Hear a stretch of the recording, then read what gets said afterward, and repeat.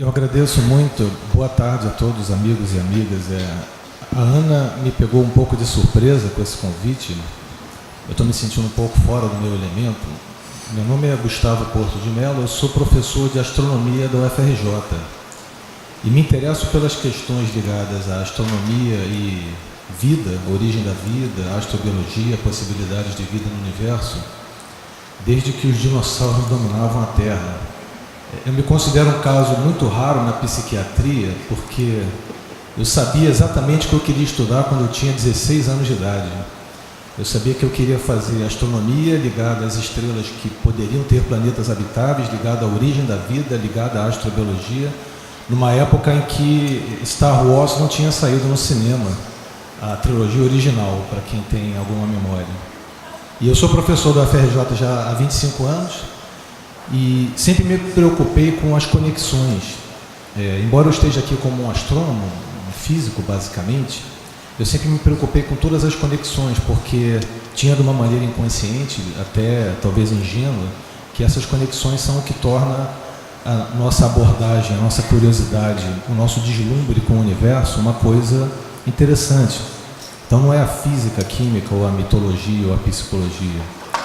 Então, para que nós possamos chegar na serpente do DNA, para que nós possamos chegar nesse tema, nós vamos ter que começar pela mitologia, nós vamos ter que começar pelos mitos da antiguidade. Só que esses mitos são mitos modernos, se referem a um período de 14 bilhões de anos atrás, quando o universo estava surgindo. Por que nós podemos dizer que isso é um mito moderno? Porque nós não sabemos efetivamente como entender a origem do universo. Nós temos ideias, temos modelos e temos uma visualização. Essa nossa visualização do universo nos trouxe ao longo de todo esse tempo para esse momento agora, que é o momento que nós estamos, esse grande nexo, que é onde eu gostaria já de terminar, é onde eu quero chegar. Esse grande nexo, no meio desse período que a humanidade enfrenta, de tantas batalhas políticas, ideológicas e econômicas, nós temos um grande nexo. Esse nexo ele é psicológico, ele é ecológico, ele é o nexo do que fazer com a nossa existência aqui nesse planeta e do que essa existência significa para o planeta. Qual é o futuro do planeta? Qual é o nosso futuro no planeta? Qual é o nosso papel em todo esse drama? Então tudo começa com a origem do universo, no Big Bang, a grande explosão, o centro, o ovo cósmico, é uma mandala, é uma esfera multidimensional. Alguns acham que é um buraco negro, é o self junguiano, o self da psicologia, é o centro de tudo que a gente chama de centro. E aí começou tudo, 14 bilhões de anos atrás, quando não havia nada. O universo surgiu do nada e alguns acreditam para o nada retornará, o que é um tema que, como vocês bem sabem, é comum a quase todas as mitologias. Não era possível falar de DNA ou de vida na origem do universo porque não haviam átomos, não existiam partículas fundamentais. O que havia era uma grande sopa quântica de quarks e gluons que não conseguia se organizar de maneira nenhuma. Então, naqueles primeiros instantes do universo, havia uma grande desordem, mas já estava ali a semente da ordem. Essa palavra ordem, para mim, é muito importante porque o cosmos significa ordem. Cosmos é o que se contrapõe ao caos. O caos é a ausência da ordem. Então, o cosmos pressupõe a existência da ordem.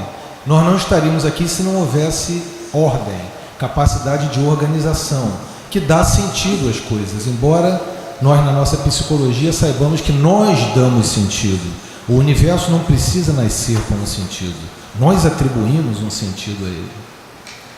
Nessa origem de tudo surgiram finalmente átomos muito simples, como o hidrogênio, que é o mais simples de todos os elementos da tabela periódica, depois o hélio, que é o segundo elemento, depois o lítio, o berílio, terceiro e quarto elemento, e terminou aí.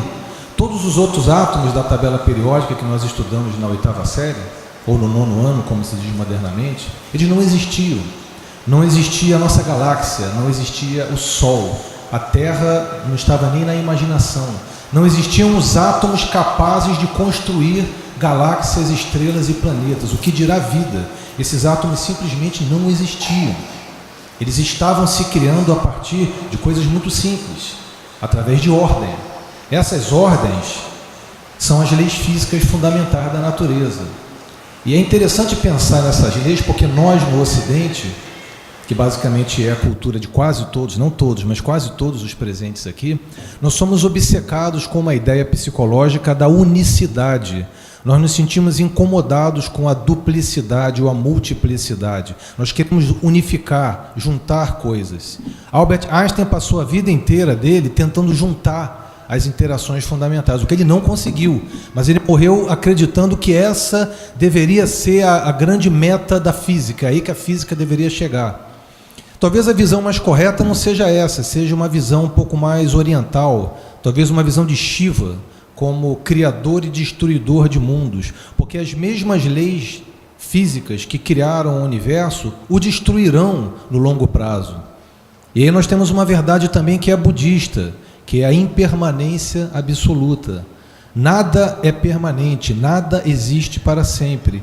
Isso se aplica a nós, ao planeta Terra, e essa existência que nós consideramos aqui nesse breve momento cósmico. Mas a história cósmica prosseguiu, e desses átomos muito simples se formaram galáxias e se formaram estrelas. As estrelas, ao se formarem pela gravitação, atingiam no seu interior temperaturas muito altas e começaram a provocar reações nucleares que começaram a criar átomos mais complexos, como o carbono, do qual nós somos feitos, do qual o DNA é feito. Nós somos criaturas do carbono. O carbono não existia no início do universo, ele foi criado, ele foi construído através das leis de ordem. Quando o carbono foi criado, outros elementos ainda mais complicados e mais pesados, elementos que são os ingredientes dos nossos corpos, do planeta Terra, do Sol, também começaram lentamente a serem criados. E nisso se passaram bilhões e bilhões de anos, numa época em que ainda não existia a nossa galáxia. Esses átomos mais pesados foram sendo formados e o universo começou a se organizar em galáxias ricas nesses elementos, estrelas, e os primeiros planetas, como a Terra, puderam ser formados, ainda numa época que, repito, a nossa galáxia não existia. Os bilhões de anos continuaram a se passar. E a única coisa que efetivamente nós sabemos dessa história, da nossa experiência própria local, é que em algum momento, em torno de 5 bilhões de anos atrás, o planeta Terra foi criado junto com a estrela que nós chamamos de Sol, numa galáxia que nós chamamos de Via Láctea. O nosso planeta, a nossa estrela, é relativamente jovem, em um universo que tem 14 bilhões de anos. Aconteceu aqui algo que nós efetivamente não entendemos. Essa matéria organizada nessa ordem de leis, ela lentamente começou a adquirir uma capacidade, que é a capacidade de se auto-organizar. Se nós quiséssemos ser um pouco mais rigorosos no jargão, aqui surgiu a capacidade da matéria de, através de sistemas físico-químicos autocatacinéticos, organizar-se em vida. São sistemas físicos porque seguem as leis da ordem. São sistemas químicos porque a matéria se organiza através das propriedades químicas. Autocatacinético quer dizer simplesmente auto-organizado, ou seja, a ideia de autopoiese. Lembrando que a palavra poiese vem do radical grego de poesia, que significa fazer, construir. Nós somos sistemas que nos autoconstruímos, nós nos autoconstituímos. E essa matéria adquiriu essa propriedade através, entre outras características, do DNA, que é o código. O DNA diz o que fazer. As reações químicas fazem. É por isso que a gente estuda na escola que a vida é baseada na capacidade de codificar do DNA e na capacidade de fazer das proteínas, que são os grandes organizadores químicos da vida. O que surgiu primeiro? A nossa ciência é muito obcecada com essa ideia da origem. Será que as proteínas surgiram primeiro? Será que o código surgiu primeiro? Existem diversas teorias. Mês passado eu participei de um evento de astrobiologia, onde um dos grandes especialistas da área, que é um biólogo espanhol chamado Carlos Briones, ele disse que a nossa compreensão não deveria ser essa. Tudo surgiu junto através de um sistema poético, de um sistema de autopoiese. O código reúne os átomos que estão na vizinhança através de um sistema que se ordena. Essa ordenação passa na constituição do código. O código continua a dar as instruções para formar as outras moléculas que mantêm o código. Aí surge a serpente do DNA, sendo que essa serpente é muito mais do que o código. As serpentes são reações químicas que são fechadas. Nós somos sistemas de reações químicas fechados, autorreferentes e auto-organizados. Cada um de vocês, os mais jovens principalmente, dentro de mais ou menos 7 anos, nós trocamos todos os átomos do nosso corpo. Então é possível colocar aqui do meu lado uma jarra contendo carbono, oxigênio, hidrogênio, com 70 quilos, que é a mesma composição química do Gustavo. Mas essa jarra não é o Gustavo. O Gustavo não é essa composição química. É alguma coisa que codifica e movimenta e constrói usando esses ingredientes. Então, nós somos processos, nós somos uma ideia, nós somos um conceito de processo que está codificado numa molécula, que cria moléculas, que constroem o código, que cria as moléculas, que constrói o código. É uma serpente que morde o seu próprio rabo.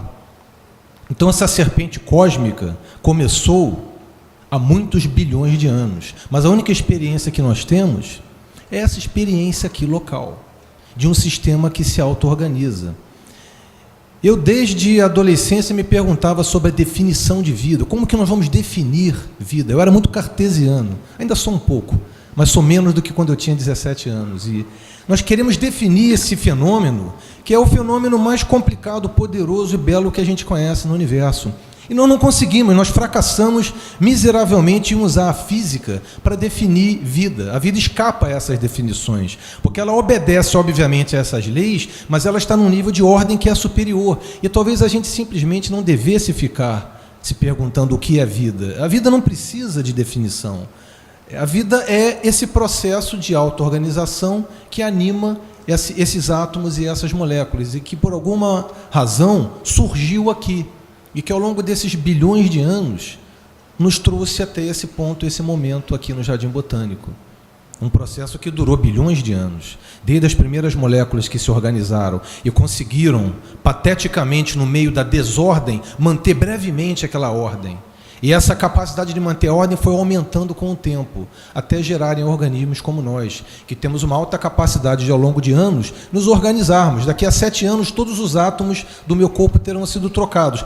Quem é o Gustavo, então? Os átomos todos foram embora. Eu não sou aqueles átomos. Vocês não são esses átomos. Vocês são um conceito, uma poesia, um processo autocatacinético que anima esses átomos. E o DNA está no centro de tudo. Da mesma maneira que o ovo cósmico estava no centro do universo, o DNA está no centro da vida. Mas ele não é a vida. As moléculas também não são a vida. E essa evolução desse fenômeno não pode ser entendida fora do contexto cósmico. É por isso que nós precisamos fazer essa viagem tão longa até o passado. Porque não é possível entender a evolução da vida na Terra sem entender a evolução da Terra. E não é possível entender a evolução da Terra sem entender a evolução e a origem do Sol. Também não é possível entender a origem do Sol sem entender a evolução da galáxia e dos aglomerados de galáxias e do universo. Um fenômeno que nós não compreendemos, mas que nós tentamos visualizar. Eu chamo a atenção para uma coisa que sempre me impressionou, mas que eu demorei muito para, na maturidade talvez, conseguir de fato entender. Nós colocamos com muita facilidade na origem de tudo os nossos mitos. Nós colocamos o Deus judaico-cristão, nós podemos colocar o princípio de Buda, podemos colocar os princípios do hinduísmo. No início, o princípio fundamental, o primeiro movedor do universo. É muito fácil, todas as mitologias têm essas ideias. É muito mais difícil entender como nós esse fenômeno tão localizado e tão particular surgiu, porque nós não conseguimos visualizar nenhum centro. Ele não tem efetivamente um centro, porque é um círculo, é um processo, é uma poesia, é um poema sendo dito. Não é tão fácil de entender quanto as coisas físicas. A vida está num outro patamar. Então nós chegamos agora, nesse momento, com o universo tendo se organizado o suficiente para que nós aqui na Terra, localizados nós que estamos aqui, consigamos elucubrar sobre tudo isso, sobre como todo esse processo nos trouxe até aqui. E nós não estamos parados aqui nesse momento, nós estamos nos movendo para frente, porque o universo não fica parado. O planeta Terra está em evolução, ele não vai ficar habitável para sempre.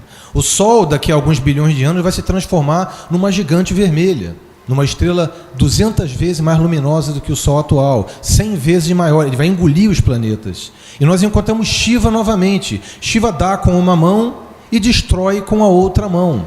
O nosso destino aqui na Terra é nos transformarmos novamente em poeira cósmica, a não ser que nós tomemos alguma providência. Então tem essa ideia na astrobiologia chamada panspermia. Esperma, vida, fecundar, pan, para todos os lados, para todo o universo. É a ideia de que a vida fecunda a si mesma entre planetas, entre estrelas, entre galáxias. Vocês talvez tenham ouvido falar que nós fomos visitados há alguns meses atrás, acho que no ano passado, por um asteroide chamado Oumuamua, que veio de um outro sistema estelar, algo que se desconfia há 100 anos, foi observado na natureza. Um asteroide que veio com uma velocidade tão grande, ele não pode ter surgido no sistema solar, ele veio de uma outra estrela. Da mesma maneira que nós humanos já lançamos sondas que estão no espaço interestelar, a Voyager 1, a Voyager 2, a Pioneer e a New Horizons, que no dia 1º de janeiro do ano que vem, vai encontrar o primeiro objeto do cinturão de Kuiper, que é a região mais afastada do sistema solar. Nós somos mensageiros das estrelas, nós estamos viajando pelo cosmos, e o cosmos está viajando por nós. Nós estamos sendo visitados. Bactérias, micro-organismos nesses asteroides podem eventualmente estar tentando fecundar outras estrelas. Nós podemos ter fecundado vida em Marte, Marte pode ter fecundado vida na Terra. Então a panspermia sustenta que a vida pode se espalhar pelo universo. E é a única maneira de que a memória da vida aqui na Terra não vai desaparecer completamente. Nós somos os agentes dessa mudança. Nós aqui nesse nexus ecológico, eu sei que a geração dos mais jovens principalmente está muito preocupado com questões ecológicas de sustentabilidade. Vocês devem estar, porque nós estamos alterando o ecossistema, nós somos uma força da natureza já. Mas essa força da natureza no longo prazo é a única esperança que nós temos de manter a memória do que é a vida aqui na Terra. Eu vejo na plateia pessoas que, como eu, têm mais de 50 anos de idade. Quem aqui na plateia tem mais de 50 anos de idade? Bastante gente. Vocês viveram com o espectro do hecatombe nuclear na Guerra Fria. Nós tínhamos medo, quando éramos adolescentes, de uma guerra nuclear total. No entanto, o ser humano foi capaz, através de um jogo de pura racionalidade e autopreservação, fugir dessa grande encruzilhada cósmica, e hoje em dia ninguém mais acredita que isso seja de fato concebível. Nós só fomos capazes, dentro das nossas capacidades, de evitar essa grande destruição. E veja bem que as armas nucleares utilizam os mesmos princípios de ordem que governam os interiores das estrelas e construíram o carbono, o oxigênio, os átomos que nos criaram e que nos permitiram criar armas nucleares. Então o ser humano precisa encontrar uma harmonia. Essa harmonia cósmica vai passar por quem nós somos, para levar a vida para outros lugares do universo. A Terra não vai ficar habitável para sempre. E nós precisamos considerar também, mais uma vez, Shiva vem para minha mente como uma das ideias centrais. Existe na nossa cultura e em outras culturas a hipótese Gaia, da Mãe Terra, que nutre a vida. Mas da mesma maneira que a Mãe Terra pode ser Gaia, ela pode ser Medeia, que é a feiticeira da mitologia, que por ciúme matou os seus próprios filhos, por ter sido abandonada pelo homem que ela amava. A Terra também é Medeia. Nós temos no registro geológico episódios de extinção em massa, como o dos dinossauros, como o do Permiano, 250 milhões de anos atrás.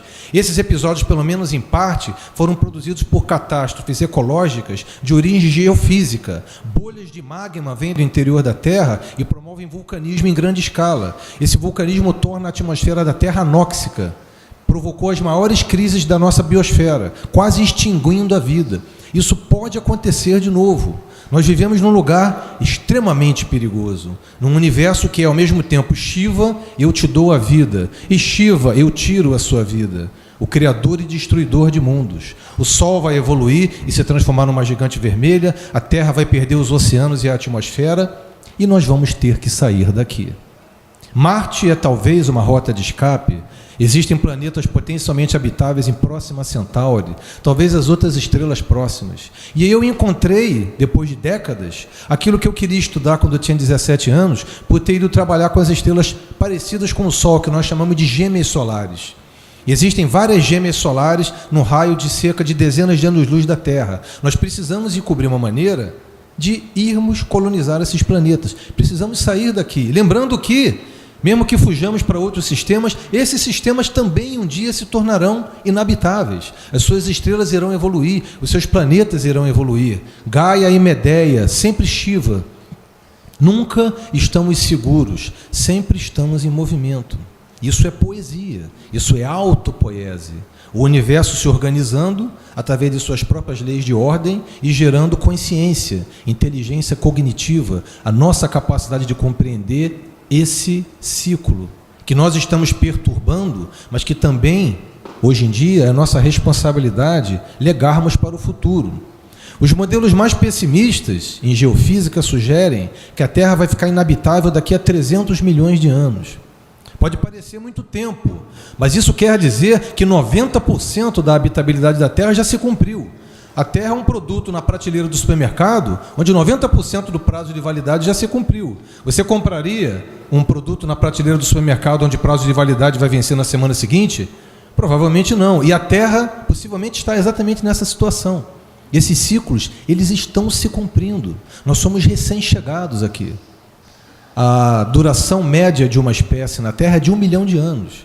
O gênero Homo está aqui há mais ou menos 1 milhão de anos. Nós, Homo sapiens, temos essa responsabilidade.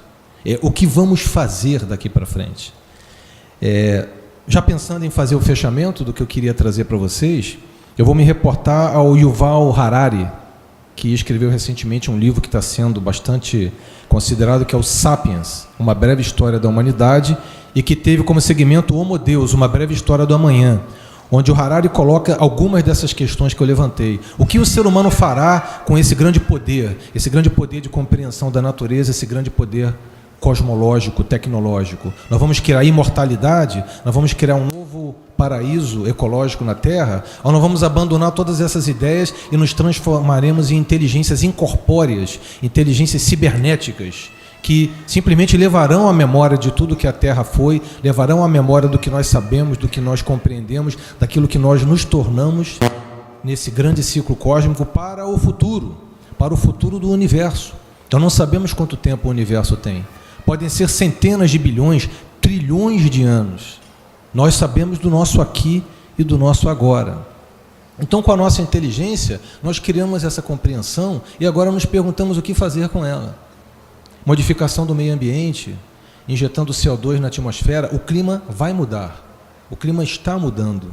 Nós estamos projetando grandes modificações de ecossistemas e, ao mesmo tempo, estamos criando novos ecossistemas. Muitos desses animais, muitas dessas plantas vão se adaptar a uma nova situação. Nós não nos adaptamos mais. Existe o conceito da desaptabilidade. A gente não precisa se adaptar porque nós vamos e mexemos no meio ambiente. E, portanto, o meio ambiente se adapta a nós, é a desaptabilidade. E os seres vivos simplesmente se adaptam à nossa desaptabilidade. Nós somos construtores de mundos. Ao mesmo tempo que extinguimos espécies, abrimos novos nichos ecológicos para novas espécies. E esse processo é normal, é natural. Nós não estamos à parte da natureza. Nós não somos artificiais. Nós somos naturais. Nós somos parte do processo de evolução e de compreensão da Terra. E o que eu acho que é a nota mais poética de toda essa história é que a única maneira de toda essa história se transmitir para o futuro é através desse ciclo de criação e destruição, e que nós somos agora uma parte importante dele. Nós detemos essa capacidade, o que nos coloca um dilema moral e um dever moral. Eu sou otimista com o futuro da humanidade. Eu me considero um otimista incorrigível. Eu sou um filho da Guerra Fria. Quem tem mais de 50 anos sabe do que eu estou falando. Eu tinha 15 anos em 1980, quando a gente esperava o fim nuclear da humanidade a qualquer momento. Nós não nos extinguimos. Então eu sou otimista. Eu acho que essa poesia que criou o ser humano vai prevalecer, que essa pulsão de vida, essa ânsia do DNA, essa ânsia de se projetar para o futuro, de se auto-organizar, de se reproduzir, essa mesma ânsia nos dota do sentido de poesia, de julgar o belo. Eu acho que, no fundo, é por isso que todos nós estamos aqui, na contemplação e na apreciação do belo. Eu estou esperando a qualquer momento alguém vir com uma florzinha, porque eu já estou falando há 27 minutos. Cadê a Ana? Ana, já que vocês não querem me dar uma florzinha, eu vou parar por aqui. Eu já falei um pouquinho mais que eu gostaria. E, para fazer o fechamento, Shiva me parece ser a ideia fundamental. Nós fomos criados por uma mão de Shiva. Talvez sejamos destruídos pela outra mão de Shiva, mas nós mesmos temos essas mãos que criam e que destroem. E eu aposto que a que vai prevalecer é a mão que cria. E o futuro desse sonho vai ser espalhado pelo cosmos, e a serpente do DNA vai sobreviver e vai se projetar para o futuro. Muito obrigado pela atenção de vocês.